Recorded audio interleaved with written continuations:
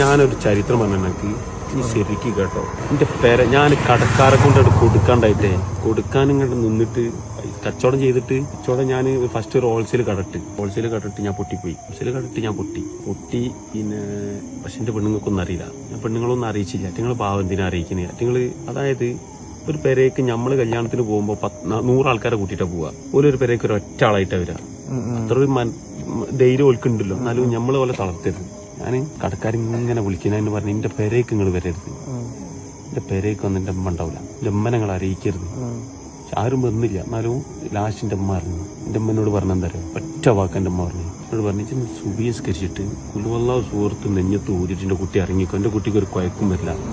ഒന്നത് ഈ രണ്ടാമത്തെ ഒരു വാക്കിന്റെ അമ്മ ഒരു വാക്കുണ്ട്. ഞാൻ നെഞ്ഞത്ത് കൂടെ ഒരു വേനലുണ്ട് എന്നോട് പറഞ്ഞു. എന്നെ കൊണ്ട് ഞാൻ എന്റെ വാപ്പ മരിച്ചറിഞ്ഞില്ലായിരുന്നു. എന്നെ കൊണ്ട് എന്റെ വാപ്പ മരിച്ചറിഞ്ഞില്ലാന്ന്. അതിലും വലിയൊരു വാക്ക് ഞാൻ നമ്മൾ ഉമ്മാന്റെ തൊള്ളന്ന് കേൾക്കണ്ടേ.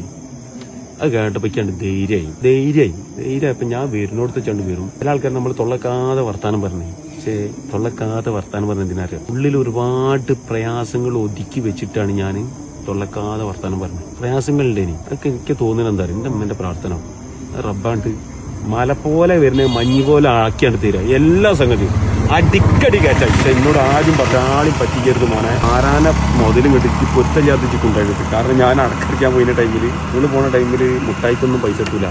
ഞാൻ അടക്കരിക്കാൻ പോയിട്ട് ഒരു കൗങ്ങേറിയ 3 ഉറുപ്പ് കിട്ടും. 3 ഉറുപ്പ് സ്കൂൾക്കാരൻ പോയിട്ട് 100 കൗങ്ങേറിയാണ്. ഒരു ദിവസം ഒന്നല്ല. 8 മണിക്കാണ് പോയി കാണി 10-11 മണിയാകുമ്പോൾ കയറും. എത്തിരത്താണല്ലോ കൗങ്ങ് ആട്ടി പറിക്കും. 300 ഉറുപ്പ് കിട്ടി. ഒരു ദിവസം കിട്ടി 300 ഉറുപ്പ് കിട്ടിയിട്ട് അന്ന് ഞാൻ നമ്മളെ ഇയാളുണ്ടല്ലോ, ആരറിയോ, കുട്ടിയാവാക്ക മരിച്ച കുട്ടിയാവാക്കന്റെ കൗങ്ങ്, ഇബ്രാഹിക്കന്റെ കൗങ്ങ്, അല്ലെ കൗങ്ങ് കയറിയിട്ട് എന്നോട് പറഞ്ഞു 300 ഉറുപ്പ് കിട്ടി. അപ്പൊ എന്നോട് പോലും നല്ല ഉപദേശം തന്നു, മോനെ ഇജി പൈസ ഒന്നും ചെയ്യരുത്, പൈസയാണ് മനുഷ്യനെ കേടെടുക്കുക.